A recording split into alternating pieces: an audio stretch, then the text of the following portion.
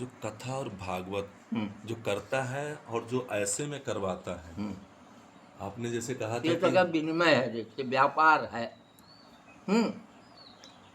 उसको चाहिए पट्टा कि हमने भागवत सुन लिया। परीक्षित जी को की मुक्ति हुई। हम्म। भागवत सुखदेव जी ने सुनाया, हाहाकार मच गया पृथ्वी पर। अरे भागवत सुनने से जो है मुक्ति हो जाती है। तो इतना तेजी से दौड़ लगाना शुरू किए लोग। हम्म। चार छह डंडा गाड़े, अत्ता पत्ता रख दिया, टूटा तख्ता पहुँच के रख दिया, 1500 का जो हंगड़ खंगड़ रख दिया, भागवत हो गई शुरू। हम्म। अब ऋषियों ने देखा कि भाई ये तो बड़ा गड़बड़ है, ये तो भागवत अब भगवान का भयंकर अपमान है। भागवत की उपेक्षा हो रही है, भगवान को ठेंगा दिखा रहे हैं, ये पट्टा ले रहे हैं। भेड़िया धसान देखिए लोग इसमें जो है लग गए हैं। मुक्ति के अब कैसे करें, कैसे सुधार करें? तो ऋषियों ने कहा भाई मनुष्य को प्रतिदिन यज्ञ करना चाहिए। यज्ञ जो है परिवार कुटुंब सहित करे, समूह में करे। बड़ी विधाएं बताई गई हैं। घर में 5 महायज्ञ प्रतिदिन होना चाहिए। अगर 5 महायज्ञ नहीं होता तो उसको घर नहीं मानते हैं, तो भूत प्रेत का डेरा माना जाता है। कौन कौन से महायज्ञ? पहला है ब्रह्म यज्ञ। ब्रह्म यज्ञ का मतलब होता है कि हम अपनी योग्यता के अनुसार जितना समय मिले हम अपने आर्ष ग्रंथ धार्मिक पुस्तकों का अध्ययन करें।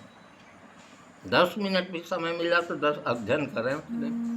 हमारी योग्यता कमजोर है, थोड़ा पढ़े लिखे हैं, तो रामायण के 2-4 चौपाइयाँ पढ़ लीजिए। अब बिल्कुल आप अंगूठा छाप है तो किसी के मुख से सुन लीजिए। ये ब्रह्म यज्ञ है। दूसरा पितृयज्ञ। जैसे मनुष्य पैदा होता है उसके ऊपर देवता ऋषि और पितरों का कर्जा लग जाता है, अब जीवन पर्यंत लदा रहता है। अब उनकी केवल यही अपेक्षा रहती है कि एक अंजलि जल दे देगा तो हमारी तृप्ति हो जाएगी। तो जो भी हम पूजा पाठ करते हैं, करने के बाद एक पात्र में हम जल ले लें, मिल जाए थोड़ी सी काली तिल डाल देना चाहिए, कुश ले लें, कुश का अगला भाग आगे करके आगे कोई पात्र रख लें। हमसे नहीं आती संस्कृत, कोई मंत्र नहीं आता है, तो हम जल जो है आगे करके उसको 3 अंजलि पहले देवताओं को दें। सभी देवता तृप्त हों, सभी देवता तृप्त हों, सभी देवता तृप्त हों। उसको बीच में करिए। फिर 3 अंजलि ऋषियों को दीजिए, सभी ऋषि तृप्त हों, सभी ऋषि तृप्त हों, सभी ऋषि तृप्त हों। कुशा को मोड़ के अंगूठे में दबाइए और तर्जनी अंगूठे के बीच से 3 अंजलि पितरों को दीजिए। सभी पितर तृप्त हों, सभी पितर तृप्त हों, सभी पितर तृप्त हों। अब वो जल किसी वृक्ष के जड़ में जाइए, पैर के नीचे नहीं आना चाहिए, डाल दीजिए। इससे बड़ी पूजा कुछ हो नहीं सकती। जिसके जीवन में देवता ऋषि या पितर प्रसन्न हो गए उसके जीवन में कोई कठिनाई आएगी ही नहीं। तीसरा है देव पूजा। परंपरा से हमारे यहाँ जो पूजाएं आ रही हैं, शालिग्राम की पूजा हो, संध्या बंदन हो, जो भी आरती है उसको हम करते रहें, घर में होती रहे पूजा। चौथा है बलि वैश्य। संसार के सारे जीव मनुष्य पर जो है लालायित करते हैं कि इनसे कुछ मिलेगा हमको। तो कुछ ऐसे जीव हैं जिनको तो आप जमीन में दे सकते हैं, अब बहुत से सबके पास कैसे जाएंगे। तो भोजन का हम जो है अग्रासन निकालते हैं। पहले जो है अग्रासन निकालते हैं और कहाँ देते हैं? गाय के मुख में। गाय माने पृथ्वी, गाय माने माता, उसी पर तो सबका संचालन है। उसके मुख में गया तो हम समझते हैं सबकी तृप्ति हो गई। तो ये मनुष्य का कर्तव्य बनता है कि हम सबको तृप्त करने के बाद जो है वो करें। 5वां है अतिथि सत्कार और दान। अतिथि सत्कार आपको अभी बता गए हम। घर होता है अतिथि सत्कार के लिए। दान हमको अपनी क्षमता के अनुसार प्रतिदिन करना चाहिए। दान देने से कोई चीज़ खत्म नहीं होती। दान देने से हर चीज़ में बढ़ोतरी होती। दान जो है, अब कुछ नहीं है तो हम जल का दान दे दें, लेकिन उसमें बदमाशी न करें, है तो जो दान करो।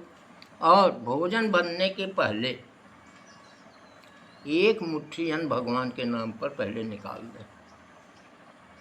अतिथि सत्कार, आजकल अतिथि तो आते नहीं, आए भी शहरों में तो ये हाल है कि एक गिलास पानी पिला के फुटा देते हैं कि जल्दी फूटें।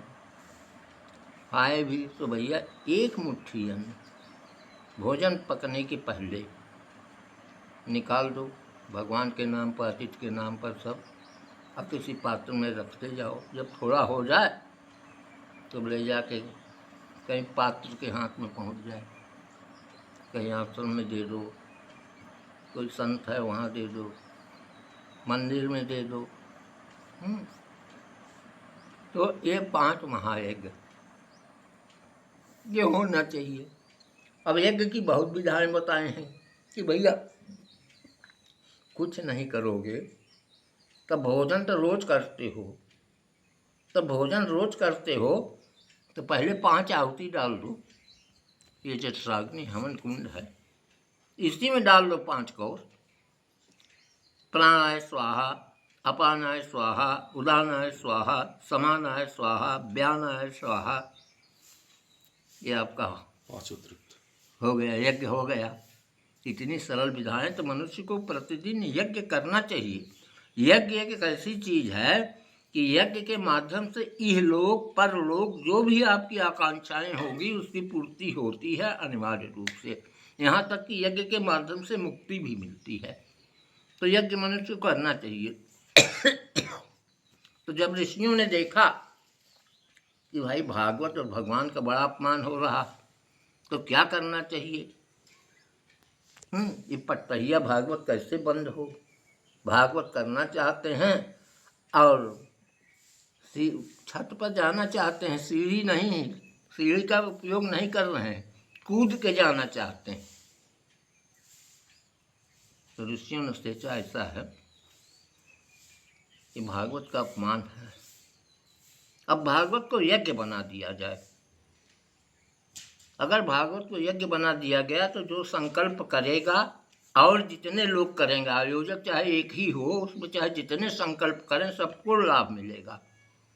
तो भागवत को यज्ञ बनाने के लिए क्या किया, उन्होंने कर्म कांड को जोड़ा भागवत में कि भैया भागवत सुनते हो, जैसा सुनते रहो, उससे कोई दिक्कत नहीं, लेकिन यज्ञ के लिए सबसे बड़ी आवश्यकता होती है कि आप मंडप बनाओ, भागवत का मंडप बनाओ।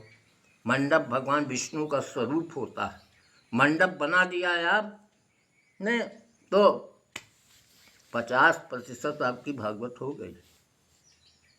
मंडप अनिवार्यता है मंडप की, यज्ञ के लिए मंडप की अनिवार्यता है। मंडप में ही तो वेदी बोदी बनेगी जी। तो 4 डंडा गाड़ के उसमें भी बना लेते हैं। तो यज्ञ में 1000 से अधिक श्लोक का अगर वाचन हो जाता है, कोई पूरा तो पाठ वाठ करता नहीं है, सब उलट फेर करते हैं। अब सब एक दूसरे को बताएंगे नहीं, सब एक दूसरे की कमजोरी जानते हैं। देखिए वो संकल्प में कहेंगे 18,000 श्लोक का, भागवत में 18,000 श्लोक का भाई नहीं। संकल्प वही कराएंगे। भागवत सुनने का संकल्प कराएंगे। अरे भागवत सुनने की क्षमता है किसी में? बीछी का मंत्र न जाने सांप के बिल में हाथ डाले। तो ये जो समाज में धर्म के नाम पर गंदगी फैल रही है, अब हम अपना जितना हमारा प्रयास चल जाता है, हम बोलते हैं जहाँ पहुँचे, बताते हैं लोगों से भैया वही करो जो करते हो, लेकिन इस रूप में करो तो उसका लाभ मिलेगा। ऐसे में तो तुम क्या करते हो, तुम हजारों साल तक नाली के कीड़े रहोगे। तुम्हारे पुरखे जो है उल्टे मुंह विष्ठा कुंड में गिरेंगे। इसके लिए भागवत करवाते हो। सुनने वाले का हाँ, ये सुनते हैं, ये तो उपेक्षा कर रहे हैं भागवत का, भगवान का ना अपमान कर रहे हैं। जी। तो इनको क्या मिलेगा? इनको तो यही में, जो भगवान का अपमान कर रहा है तो कीड़ा ही बनेगा नाली का। और सुनाने वाले अब सुनाने वाले का तो जीते जी प्रेत हो जाता है।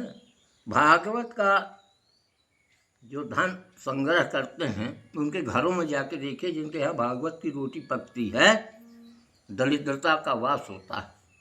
इतनी गंदगी रहेगी, मच्छी भिनकनाते रहेंगे, ये रहेंगे। हाँ, लास्ट में ये याद होता है कि बिस्तर में ही सब कर्म कर रहे हैं, तड़प तड़प के मर जाते हैं, माने जीते जी प्रेत हुए। तो फिर सुनाने का अधिकारी कौन है? जिसने जीवन में भागवत को उतारा हो, सुखदेव है सुनाने की पात्रता। अब भागवत की पात्र नहीं है सुनने वाले। तो मान लीजिए एक आम लड़का अगर वो अपने आप को कैसे तैयार करे, क्योंकि ये तो चल रहा है प्रचलन में। ये तो देखिए, इस कली काल में तो कोई मुश्किल है कि कोई पात्र बन जाए।